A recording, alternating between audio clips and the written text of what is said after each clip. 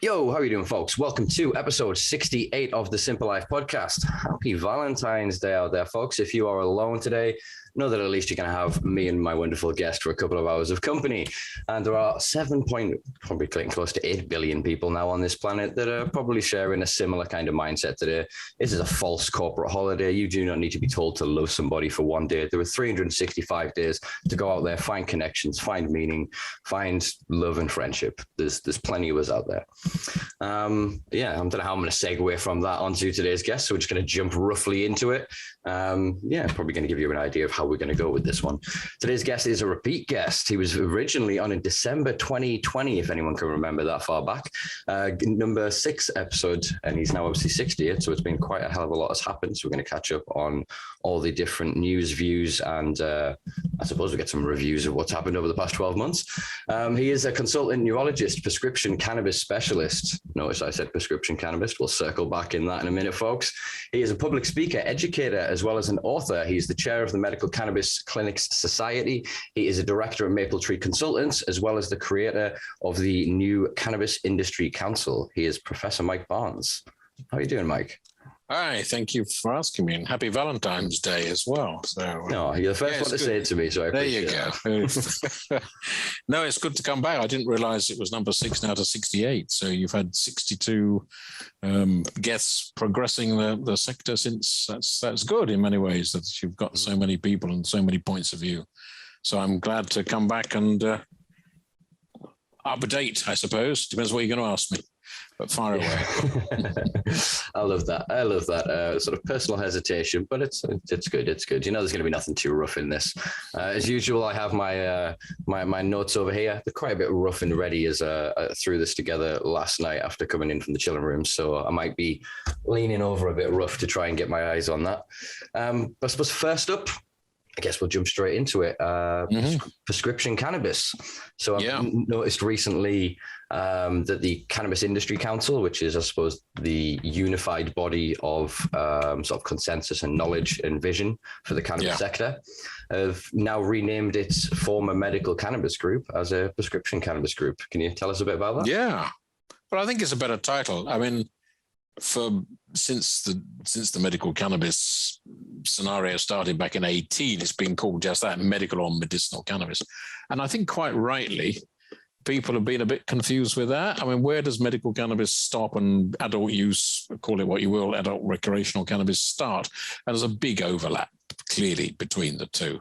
And we may talk about that, but adult use cannabis can be relaxing. That's part of it, what it's there for, I guess. And therefore it reduces anxiety.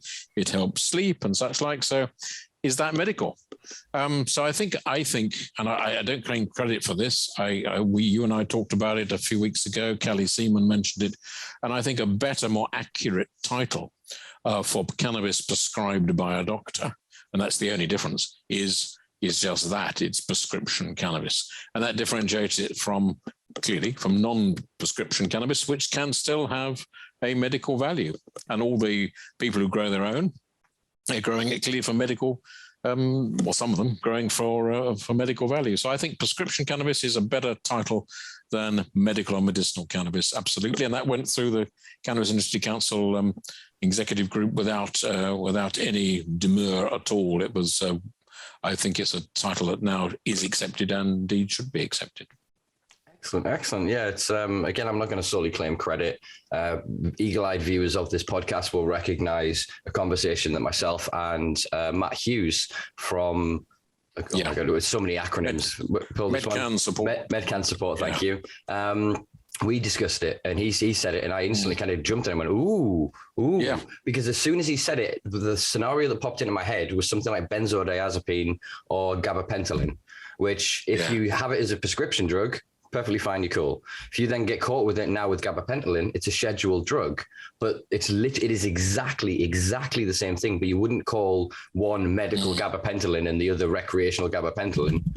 So the misnomer and the false dichotomy that it created. I agree. As soon as I heard that term, I thought that's a better term. Why didn't we think of that 3 years ago? I mean, why didn't I think of that 3 years ago? But I'm sure some people thought of it a long time before I did. But it's the right term. It differentiates simply differentiates cannabis prescribed by a doctor and cannabis not prescribed by a doctor. Simple as that. Do you think then, because I suppose you touched on it there, and actually it is one of my other questions that I think we speak of basically, I think most times we're public together, which is sort of, if then all consumption has in some way positive or potential positive beneficial effect on the endocannabinoid system, so it could reduce inflammation, help reduce cortisol levels for stress, etc., and it affects many peripheral pathways and different sort of neurological functions. So then, if we're then going to move towards this idea that then it's all just cannabis and then the prescription is what is the authorization, do you think on the flip side of this, that not having the prescription detrimentally affects the benefit of cannabis or the potential benefit of it to the consumer? No, I mean, it legitimizes it in the sense that it's legal. That's the only difference. At the moment it's legal. And you know, cannabis is cannabis. The components, the cannabinoids and the terpenes are the same. Where they don't suddenly change when you write a prescription for it, do they? So people growing their own cannabis for their own medical use, it's the same product. So all it is, that's all it means. It's the legitimate legal face of cannabis, I suppose you could say. Yeah. So I suppose that's answered part, I guess, of my question, but I suppose it was a bit more abstract than I intended it to be. But say I am Bill in this scenario. So Bill grows plants in his bedroom to treat his condition X. Yeah. His condition is a physically degenerative condition. Yeah. We know the neurological and psychosomatic stress, the psychosomatic effect of stress on the body. If he's then scared of every time the sirens go up and down the street, and he's worried and he's twitching, I was trying to allude to the fact that if you've then got the piece of paper, you see the sirens and you're like, yeah, I'm fine. But if you don't have the piece of paper protection, so if you've grown cannabis for anxiety, you can end up in the paradox of then being paranoid of being caught with your anxiety reducing medication, thus having more anxiety. No, it's a perfectly good point. So what we need to resolve that, and I keep off the perfectly valid debate about adult use, purely recreational use, and forgive me for a moment. It's bear with me. No worries. Thank you. Thanks. Hi. This is my wife, for those who are, and she's not delivering a bottle of wine, which is what it looks like there. It's what is it? It's lemonade. There you go. Ooh. Thank you. Thank you. Apologies to your viewers for that, but I've got a chance to stop to eat anything, so I'll try not to eat fast talking. And I've now completely lost the thread of what we were talking about. We were talking about. You were saying that you sort of abstain from the perfectly reasonable debate of adult consumption versus. Yeah, but there's a lot of people who use cannabis, and it is for medical purposes. And the more we can make people less stressed about that, the better. And after all, that's what annoys me at the moment. And the government changed the law to allow people to access cannabis for medical purposes. And they thought, job's done. And they've said that in Parliament many times. It's not us. We've done it now, mate. It's just those nasty doctors who won't prescribe it. And there's an element of truth in that.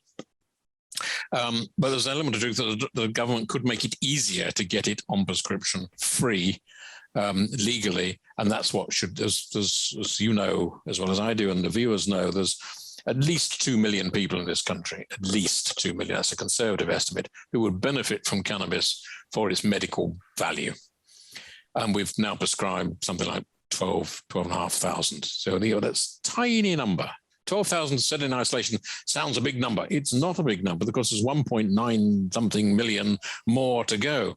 And so the government and the medical bodies need to do much more to take it out of the private sector. And I would love to see cannabis not prescribed. Well, you can carry on prescribing in the public sector for people, in the private sector for people who want it and can afford it. But the vast majority of people need it and deserve it on the National Health Service. And that would get rid of that anxiety that people have who still have to grow it in their front room because they can't possibly afford it privately. And I'm totally sympathetic to that. So my focus still, sadly, is still the same as when I talked to you 15 months ago, whenever it was, is to get it more available full stop, on the National Health Service. That's what we need. And that doesn't negate the valid debate about the adult use recreational market. Absolutely fine. Have that debate. But let's get it to people who need it for medical purposes. And we've failed dismally at that. There's still 3 NHS prescriptions in 3 years. That is appalling. All for the 3 high-profile children. And it's just not good enough. And that's what we absolutely need to tackle. And we need to stop the anxiety of people who are growing it themselves for their own perfectly good, valid medical reasons. I mean, it's a difficult thing because it's something I discussed with, who did we have on? Sandra Castaneda-Lepp recently, who was the widow of OG Eddie Lepp, who was one of the most prolific cases charged by the DEA under Prop 215, medical compassion in California. And I'm not going to betray her confidence, but basically we had a conversation afterwards where I kind of asked advice of what she thought and what kind of her generation of activists would do in our position in the UK. And it seems to be what I think is going to happen is the more robust of a system that you create around prescription, it's just going to be massively abused. And it's in the paradox of people that although they will be benefiting from it as in a supplementation to their endocannabinoid system and may even be staving off a genetic condition, a degenerative condition, an environmental ailment or illness, even things like cancer, you know what I mean? We understand the prophylactic benefits of consumption. I mean, we're even now starting to understand about the looking at the very new study that came out that everyone jumped on of the acidic forms of THC, CBG, and CBD, and then forming to spike proteins in the C word. I'm not going to say it because I've lost episodes recently on some servers, but yeah. So it's as we start to understand, I guess that it then becomes a bottleneck of then going, well, if, as you said before, everyone needs and deserves it. If we look at say environmental impact of say living in London, there's 40,000 additional deaths a year from pollution. If we would then use similar data studies, we could find areas where cancer rates are much higher, where toxins in the foods, in the soil, and the waterways are then causing more illnesses. So then those individuals, it could then be argued, would have a need for prophylactic medical consumption, but that doesn't fit into either debate at the minute. And I think the problem is going to be that the conscious benefit they're going to get from it is going to come post this binary discussion. And I think that if either one takes a step forward, they're both going to suffer. There needs to be this parlay to understand best practice and best intention, so that as some people are going to get left behind when in the first wave and creation and phase of a system. But the point is to leave as few behind as possible. As you said, 12,000 compared to the 1.2 million they were originally touting in 2017 when we were stood in the cold with our banners and waving. They were saying 1.2 million will have access overnight. We'll be able to self-identify as patients. We'll be able to cultivate our own. We'll be able to have the other side of this compassion networks. Because a lot of people can't grow their own, don't have the space to grow their own, don't have the skills, and like I said, the fear. The time. Yeah, exactly. Yeah. That's not right for everyone at all. I don't mind that in the slightest. But as you say, there's a lot of people who can't, who don't want to, who haven't got the time, or they've got too disabled to do it. And, it's not right that those people are forced to buy it still on the black market because they can't afford it privately. And I would like to think that's not what the government intended.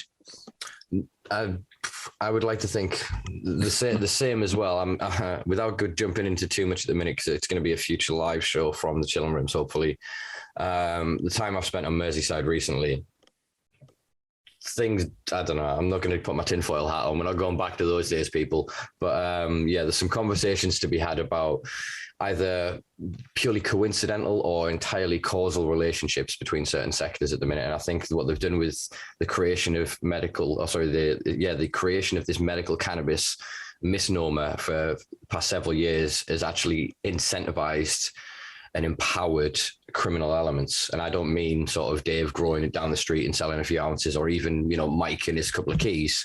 I'm on about the serious organized criminal elements. They are now preying and targeting people that are looking for air quotes medical cannabis, not that street weed, that medical cannabis.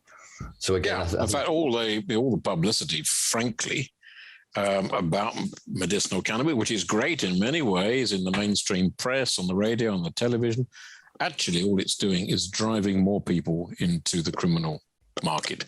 So the criminal fraternity must love all this because it's increased. We're doing their own marketing for them, aren't we? And did the government really intend that to happen? I really don't think so. It's an interesting thing. So you could look at, if you then want to scan back to later history for, this is going to sound very brief to people that maybe have not heard me discuss this before, but look at, say, the Opium Wars. Look at what the British Empire did when we set India and China up, and we took over the hashish and the opium trades. We then created, through criminalization, social control mechanisms, which some modern philosophers and sort of anthropologists could even argue that was the point of the war on drugs. When this started, the modern era of the war on drugs, there's a few thousand people here and there were seriously dependent on substances, or even knew of certain substances or had access to them. As soon as you create national campaigns and you put on the TV, this drug exists and it's dangerous and don't do it, you all of a sudden you're appealing to a certain subsection of individuals that feel disenfranchised from the system, that then go, wait, you lied to me. Last week you said butter was bad. This week you're saying it's good. The other week you said that's going to give me cancer. And now you're saying it'll cure cancer. That you're saying there's so much contradictory and almost deliberately contradictory information out there that it depends on which form of the outside of the algorithm or even the political aisle you fall on as to what news you will deem relevant. And from that, they've been able to sort of just discombobulate the whole sector of consciousness around this. So this is why I praise heavily the now moving towards prescription cannabis, because it allows us to, every time we say cannabis, it's all cannabis. We're not drawing this arbitrary and imaginary line between, well, who supplied it? What did they do? The plant is the plant is the plant. As you said eloquently before, there's a campaign that I'm going to be doing, is cannabis is cannabis. Yes, exactly. I'd love to say, I've just actually come off a talk just before this, looking at the MedMen adverts in the States. And they're really good. I mean, they've got for one example, they've got a picture of an old lady and they've stoner, question mark, they've crossed it off and put grandmother. You know, they've got a picture of a nurse and they've got, you know, stoner crossed off nurse. You know, it's legal. That's the sort of campaign I'd love to do. If someone could drop £100,000 into my lap or something. On the side of a bus, you know, side of the escalators in London. Let's make it clear that this is a medicine and it is now legal to be prescribed. And that's what we need, because I think we sometimes those of us in the cannabis space work in a little bit of a bubble. You know, we think everyone knows all about it. But if you go out there and you ask 10 people at a bus stop, is cannabis legal? I pretty well guarantee that the majority, let's put it that way, I don't know a number, would say, no, don't be ridiculous. And we hear that not only from the public, but from the police, for example. You know, no, it's no. We've heard many seizures of legitimate medical cannabis by the police, and the person said, "That's my legal product. They can't take it away from me." No, don't be ridiculous. Of course, it's not legal. So we need, what I would love to do more than anything else is a proper public awareness campaign that this is a medicine and it is legal to be prescribed. So, yeah. But I haven't got 100,000 yet. So if I put a plea out to your listeners here. All my multimillionaires out there. Yeah, any multimillionaires out there that are listening to this podcast. Yeah, don't buy that second yacht. Do you know what I mean? Come over here and have a conversation about how we can advance this campaign. Let's do this. But we're arriving at a point where I kind of hoped, it's basically where we were about 4 years ago, when basically we all accepted that cannabis was cannabis and it depended on how you use it. If you then needed it, then what happened is the people that then were like, oh, I just enjoy it and I might get benefit, but I don't notice. They were happy to pay and subsidize it. So the cafes that initially sort of opened at the first wave of when Parliament started discussing removing it from a B to a C, those first eras of sort of coffee shops that jumped up sort of around the chilling room sort of time, they all had sort of a subsidized system. So that meant for the people that needed high amounts, they needed access to oils, they needed whatever they sort of needed, that was at a vastly reduced rate, and everybody else in-house was quite happy. Whereas I feel that now, because of the miseducation and the people just wanting to be legal and safe, that ethos wouldn't carry through now. So I think that the wider you open this door, the more people are going to rush through it. In the same way in California, 97, 98, they started to have these epidemics of back pain and migraines and insomnia because they were the easiest uncheckable qualifying criteria for a medical marijuana card. And this is where I feel that CanCard and others, I mean, we've got Carly on next week is the next episode. So going to discuss some of this with her, but I'm a bit worried that these systems are, they can't almost exist without then a tandem of an actual decriminalization of other consumption, because then where else is this supply coming from? If you don't allow an element, so if you suddenly decriminalize all cultivation and all trades, you would very quickly be able to identify then who is doing something wrong, who is stealing electric, who is controlling a patch through violence and intimidation, who is indoctrinating the youth into like gang culture and lifestyle, you know what I mean, who is all kinds of peripheral sort of issues. But then you've got the problem of taxation. So that everything at the minute is it's so contingent that the steps that go forward, they have to go in tandem, because otherwise one is just going to harm the other, as I say. Yeah, that's the slight trouble that the government changed the law, but they didn't change all the other laws around it. Well, there's lots of examples of that. I mean, driving is one obvious example. There's if you take any regular cannabis for medical purposes, you'll be over the driving limit, full stop. 2 micrograms per liter, you'll be well over that. You can be over that with one joint for several days. I know there's a medical defense. Sure, there's a medical defense, but you've got to defend. You shouldn't need to defend it. They should change the law. So there's lots of examples where the government hasn't just thought it through. They've changed this bit, but they haven't changed all the other bits that flow from it. I would argue on the other side that they have. So when they changed the Road Traffic Act from Section 4 to Section 5A, removing impairment for cannabis, the requirement for impairment of cannabis, basically stating that as long as we've got this arbitrary level of, as you say, 2 milligrams of THC per liter in blood, then you're deemed to be over the legal limit, and therefore it's an automatic prosecution. Basically, the evidence is there. You can dispute the evidence in terms of how it was taken, procedural, etc. I'll usher you guys back to Outlaws episode for a good conversation about that a couple of episodes ago. So that I feel that if they then create a defense for that, again, everybody then jumps into, well, I'll get a prescription and they're cool. And then automatically you've then got, say, 1.4 million people that can get behind the wheel of a car legally, but a lot of them are going to be novice and new consumers.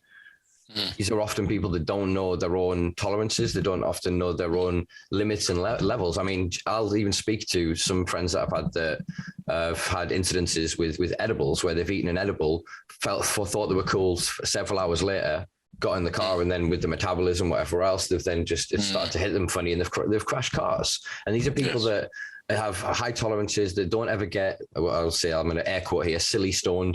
Do you know what I mean? They don't get immature around it. They just consume, relax, enjoy themselves. They're very reasonable adults and human beings.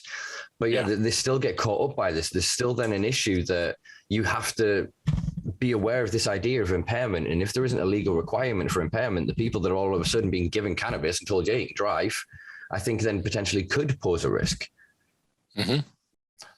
But many drugs, it's up to you to determine whether you're impaired. Now, it's a strange way around, but most drugs, it's that way around, isn't it? Under prescription, don't drive when you're impaired.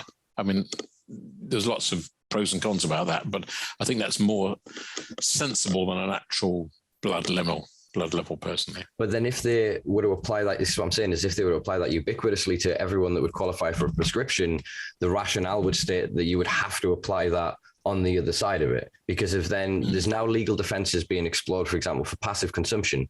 If you're in a space with somebody that's then smoking, theoretically, you could be able to put in a defense that you have ingested enough of passive cannabinoids to then get a metabolite reading. Do you know what I mean? So there's all kinds of ways that people are looking at, not necessarily nullifying, but exploring ways that we can get some power back to a rational conversation. Not everyone wants to drive around like a Shorty from Scary Movie with literally like the windows go down and all the smoke billows out. It's not what people are advocating for here. They're advocating for a rational response so that you can have a joint the night before, go to bed, get up in the morning and not get done for this. In the same way with alcohol, you know what I mean? I mean, obviously, if you then drank heavily there's still then an issue, but you make that call yourself. And most rational adults, if they've got to drive early, they'll go, well, I'll cut myself off at 11. Yeah, you know, the vast majority of people are sensible, and those who aren't sensible are going to be not sensible anyway, aren't they? So, the law can't cover every idiot. They're trying, but yeah. So I suppose one of the things that I wanted to discuss with you as well is this idea of the other therapeutic benefits of, let's call it, cannabis culture and cannabis cultivation. So we've known for a while the NHS have even prescribed gardening and going on nature walks to individuals with certain physical and psychological conditions. You speak to most people that have then grown their own cannabis successfully from seed to fruition. They'll speak of this journey with it, this nurturing, this loving. I'll speak of it myself. Before I grew cannabis, I didn't have houseplants. I didn't really understand the need to have a plant indoors. But then all of a sudden I have this thing I needed to nurture, love, care for, tend to every day. That became a reason to get out of bed. It became a reason to sort of fight the depression, the malaise, and the kind of melancholy that was setting in. And then the other side of it is then when having that, being able to share it with other people and share a pride and a sense of achievement, and then being able to consume it with others in safe spaces that are geared towards the culture that creates. I think that is massively beneficial in terms of anxiolytic, as in reducing your general social anxiety, personal anxiety. Yeah, I agree with that. And I think your houseplant analogy is quite right. There are people who benefit hugely from growing a plant from seed or a cutting and seeing it mature and grow, whether it be houseplant or your back garden. It's the whole thing about gardening. And cannabis is a remarkable plant, and it takes a lot of nurturing and care and love, really, to get it right. And I can see there's therapeutic value in that, let alone the end product. I can see that completely. I just digress for a moment because it was just on my mind that I was speaking to it as a German grower, actually, last week. And he grows legally in a big commercial greenhouse. And he said he's getting 30% more yield from his crop by doing two things. First of all, when he switches his lights on and off, he switches them on slowly to mimic the sunrise and then sunset. And at this point, some people might think he's gone balmy, or I've gone balmy relating it, but he has music in the greenhouse with raindrops, falling rain, and birdsong. And he says, and he's quite a sane guy, he's compared that to the greenhouse next door where he hasn't put the music in, and he gets 30% better yield. So I don't know why I mentioned that, except in the fact that you can nurturing and loving these plants actually will be a benefit, not just for your mental health and psychological well-being, but also for the plant. So it's a very therapeutic thing to do, and I'm totally behind that. It forms relationships, like I said, and it allows people to anthropomorphize onto a living being. In often most people that when they're in that position, you're growing yourself because either you have no access, or the people that you can access, it's not to be derogatory to any of my listeners that are youths in hoodies on bikes, but you're dealer on the end of the corner, and for a lot of people that's still quite intimidating. They turn on the news or open a newspaper and all they see is this Asbo generation, yob this and hoodie that, and they don't get that everything is causal and reactionary. One is generated by the other. This all started with hippies in fields, and you could spot a cannabis smoker a mile away. Do you know what I mean? In terms of the way they act, their body language, everything, their mannerisms, hey man, the way they speak, everything was out and proud in front. And then because of it and consequential to the war, then we got him more hidden and more reserved, and it creates this duplicitous nature in our reality that they can come home and have this loving relationship and sit home with their joint and I feel safe, but it's out there again, they're under attack and they're scared. And what do I smell like? And will I lose my job if I've got red eye? And and there's so much anxiety, and it shrinks their life. And I think that the other side of this was the social consumption spaces. I think are massively beneficial to find another, especially a lot of people that, unfortunately, cannabis is still being a last resort medication. They're saying you have to go through X, Y, Z, you have to jump through these loopholes. And so the people that are turning to cannabis that are then finding it incredibly beneficial are people that have never experienced it and they've gone through everything else. So their systems are in such a state from a decade on this, 4 years on this, withdrawal of this, sedentary lifestyle, X, Y, Z, that then once they get something like cannabis that isn't a panacea at all, but is a very versatile, multifunctional drug in that it targets different areas and it stimulates you in different ways. And it allows you to develop that unique relationship with it. I think then being able to share that with others, it's before we had the academic studies of this, before we had any of the accepted scholarly avenues towards expertise, it was through anecdotal evidence of people gathering together that we understood this, that we correlated that data, that we were able to kind of go, well, that works for you, this works, that works for you. I can give you a cutting of this if you do this and do that. And then from that, we've developed so many different forms of consumption and different forms of concentration that are allowing people to have what would be considered miraculous recoveries from conditions, reversals of conditions, people no longer meeting qualifying criteria for certain conditions as well.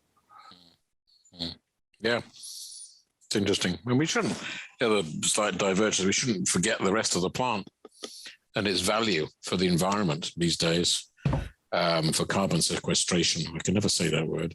As well as the value of the other bits of the plant, the hemp seed, the fiber, cleansing of the soil. It is a truly remarkable plant, actually. And we tend to focus just on the flower, but there's the rest of the plant. If you grow that, you benefit the environment directly from doing it. And we shouldn't forget that side of it. This is the thing that we're going to come to understand that I termed summit in an interview last night with Gary, and I can't think of what it is. It was like a corporate and a socialist word that combined together that was just like, that describes exactly what I'm talking about here. But yeah, basically, if we can integrate all of the facets, the avenues of understanding and knowledge of this into, it's one plant, here's its potential benefits. I mean, most of my listeners will tell you that we talk about the other benefits all the goddamn time, like graphene, the plastics, concrete thermal properties. There's so many of the... Concrete's brilliant for many of the developing countries. It's remarkable. It's like a community vertical integration, something like that was what I termed it. But basically like...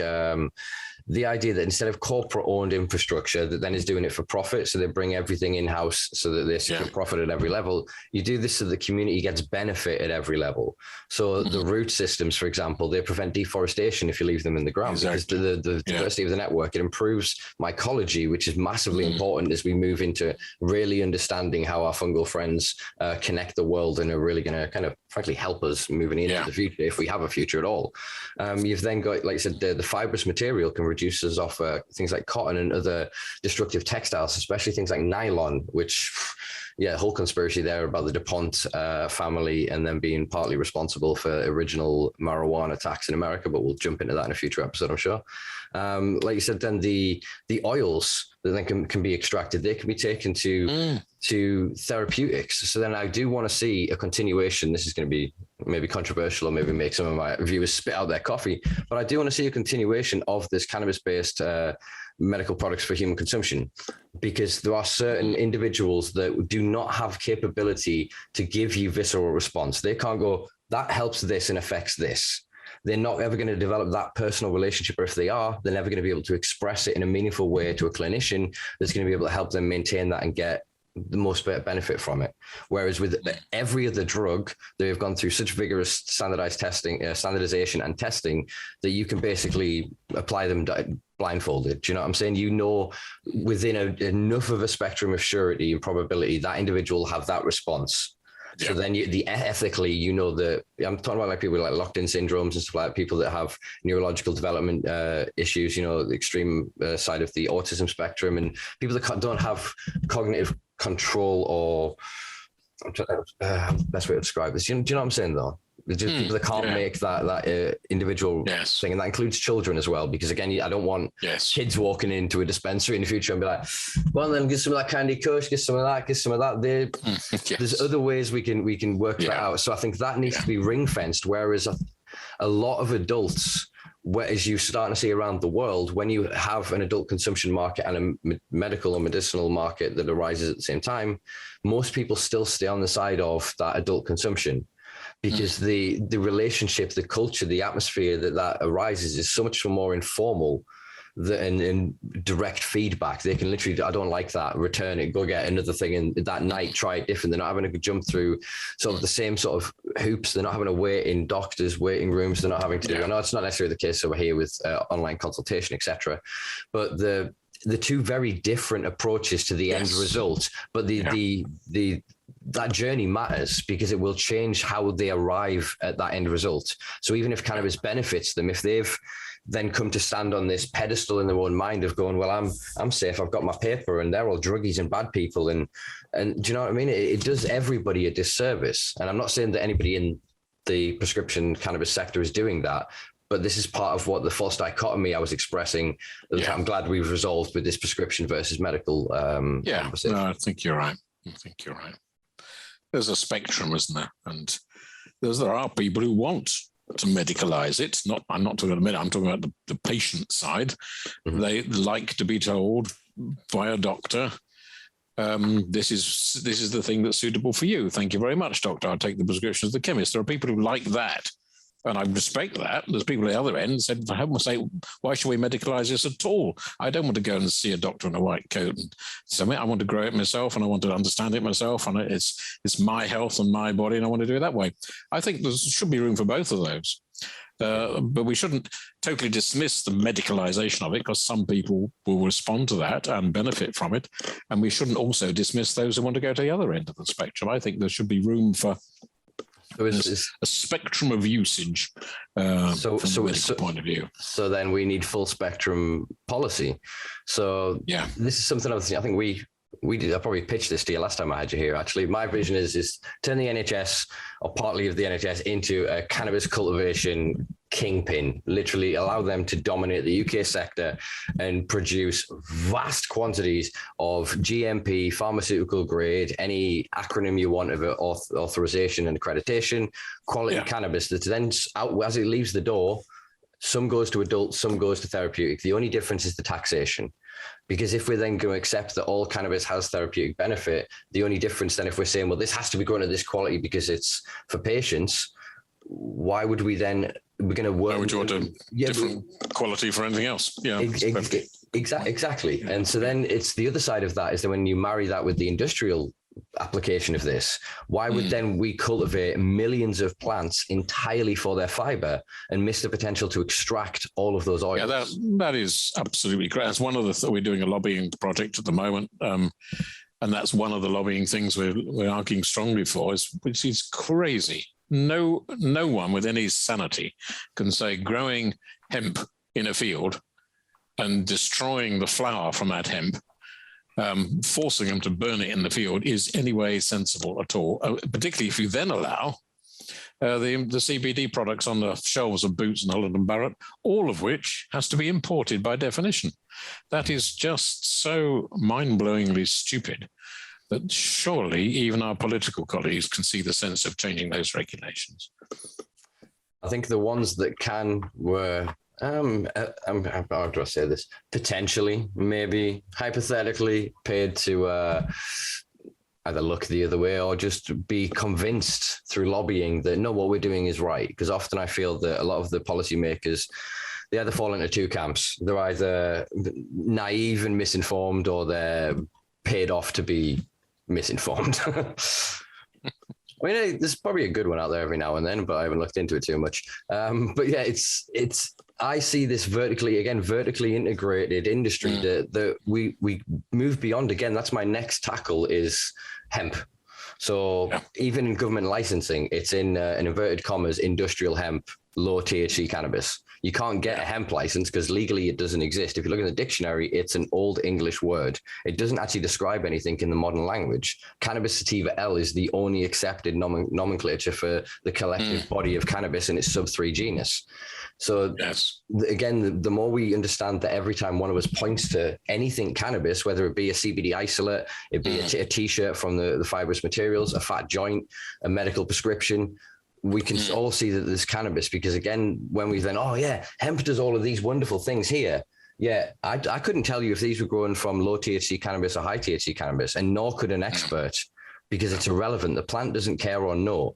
Our arbitrary diversions, limiting, as you spoke of before, its potential carbon sequestration abilities. It's limiting its potential to create and regenerate and rejuvenate local economies. I have seen recently, literally this year, I have seen trees that would rival some that are in California, yet these are in bedrooms. I can't get my arms around them. I can't get my arms on the top of them. And these are in bedrooms. Do you know what I mean? Yeah. People generating serious income. These are people that are looking to not get Rolexes and Mercedes. They don't want that. They want Ethel down the street pension to continue. They want the post office to stay open. They want the kids on benefit to ensure that they have uniforms. You know what I mean? They want the roads to be paved.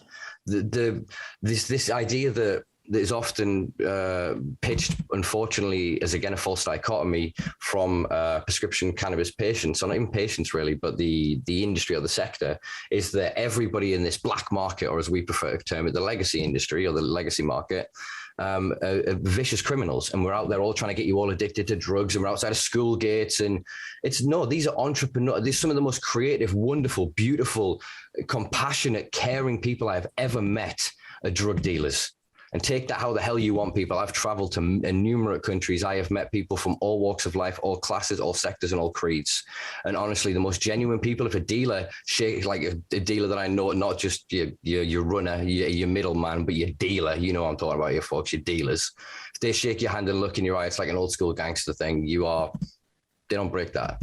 They don't break that. The new generation don't get that. And then the generation after that, they're so lost to it. They are looking to just make that quick buck. So we've ended up with county lines on one side and these guys trying to build brands and industry on the other, yet we're all locked out of the same thing. Whereas the way you keep those kids off those corners, the way you stop them chasing that gang lifestyle, is you allow there to be a legitimate industry. Nobody is trying to dress up and act like the guys that are CEOs of Budweiser and Heineken. Do you know what I mean? You have normalized and made boring that side of it. Yeah, you can get a job in the industry and whatever, but no one's going to listen to that shit. Everyone's going to go out and have a drink or whatever, but no one's going to want to be bothered with the nuance of the industry. We've got to recognize that, well, my sincere hope is that within 10 years, this is going to be a boring conversation. The cannabis will be ubiquitous. It'll be everywhere. And there'll literally be a generation of kids growing up going, what's prohibition? What does that mean? What's prohibition? Yes. Perhaps that's the aim. I should retire when we've finally got cannabis to be boring. That's a good aim. That's a good aim. Yeah, man. I've said for a while that my aim for this is anonymity.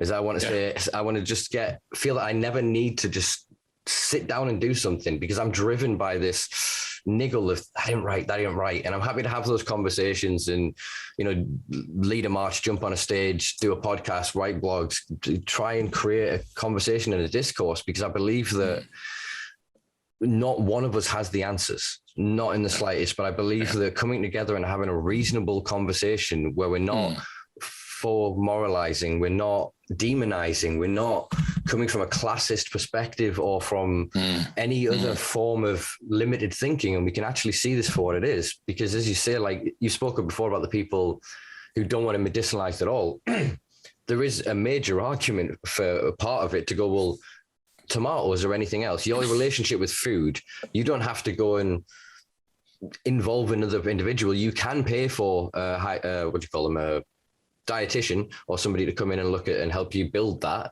But most people, you're raised by your mom and told by whatever, and you get what's around you. And that has more of an impact on the collective health in terms of the cost to the NHS, the limitations of that person as an individual, than the impact, I would say, of any drug dependency. And we just can't see it because we've been so narrowed into this that if you are using something for pleasure, you're a bad person. Yes. Yet if it's alcohol, you're cool. Yeah, there's an irony there. You're absolutely right. Here it is. Simpa, I've got I don't know what time you wanted, but I've got till 3. So I've got another 10 minutes or so. If that's okay? I keep it for 10 minutes. We'll fire off a couple of quick ones here. Yeah. Sorry. That's all right. I'm so used to just jumping into long-winded ones. I think people will be happy because Outlaws episode was 3 hours long, so they'll be happy to dip into this for a nice hour. No, sorry, I thought an hour of me prattling on is far too much anyway. Some would say. Well, I'll disagree with those individuals, Mike, because I always enjoy that chat. So then, given everything that we've sort of said, do you think there is scope to, I suppose, at least float with other members of the prescription cannabis group, the idea for creation of spaces, the idea of the other aspects of it can be therapeutic? Because then I feel that there are a lot of people obviously asking for grow your own, and some people are worried that, well, it can't be medicine, it can't be the same thing.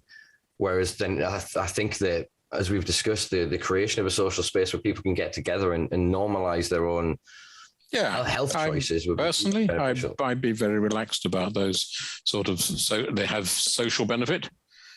It has medicinal benefit. I can see arguments for and against.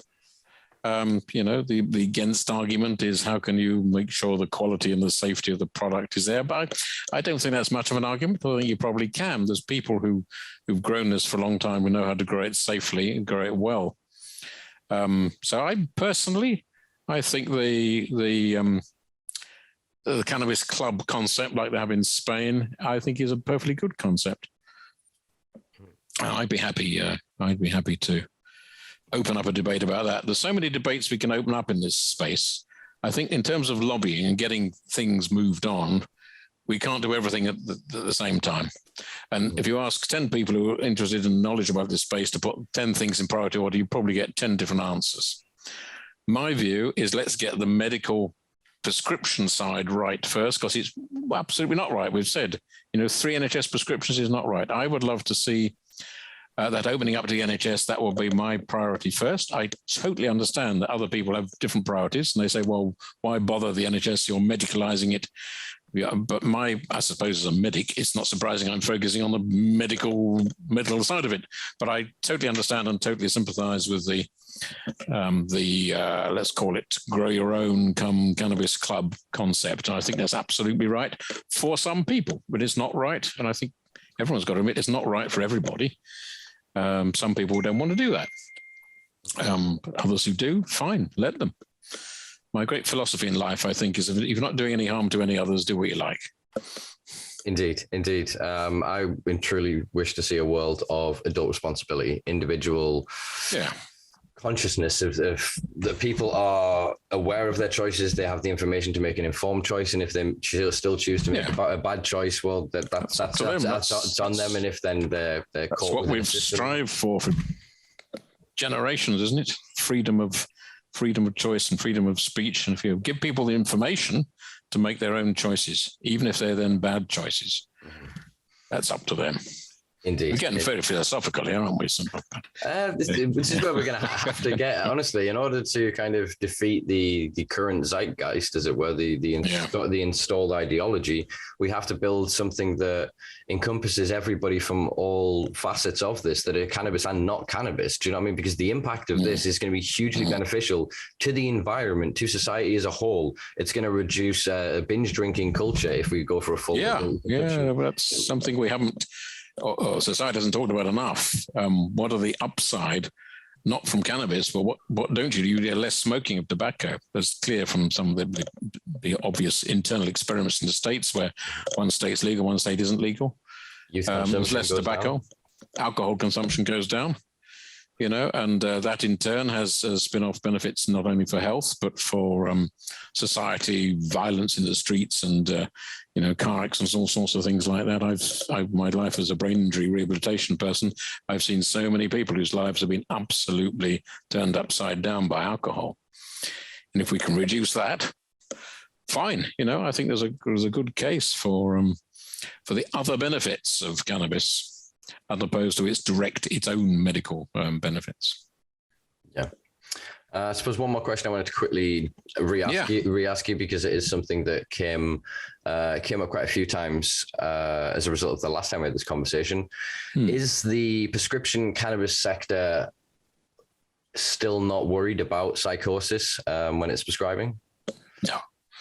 That's blown out of so much proportion. Yeah, sure. I don't think anyone can sensibly say that high THC cannabis in some vulnerable individuals causes psychosis or an exacerbation of their existing psychosis. Mm-hmm. Would I prescribe it to someone with active schizophrenia? No, we're talking about high THC cannabis here. And we shouldn't forget that CBD, of course, is antipsychotic. And the medical prescription is not designed to get people psychotic. And I was talking to Danny Gordon, who's a lovely doctor who's prescribed for many thousands of patients in Canada, now lives in the UK. She has never seen or heard of a psychotic episode from a medical prescription. So, the term is wrong, but it's widely used. The skunk, so I don't like using the term, but I've used it now, so it's out there. But that sort of high THC street cannabis, in certain people is not desirable. But medical, proper, sensible, balanced prescription is totally safe. The psychotic debate is a non-debate in terms of medical cannabis, prescription cannabis. I slipped back into old speaking there, didn't I? That's it. Again, this is wonderful. That's why I love these conversations, because we're humanizing here. Even from your wonderful wife bringing you your lunch there. I'm eating it, by the way. Yeah, you get that.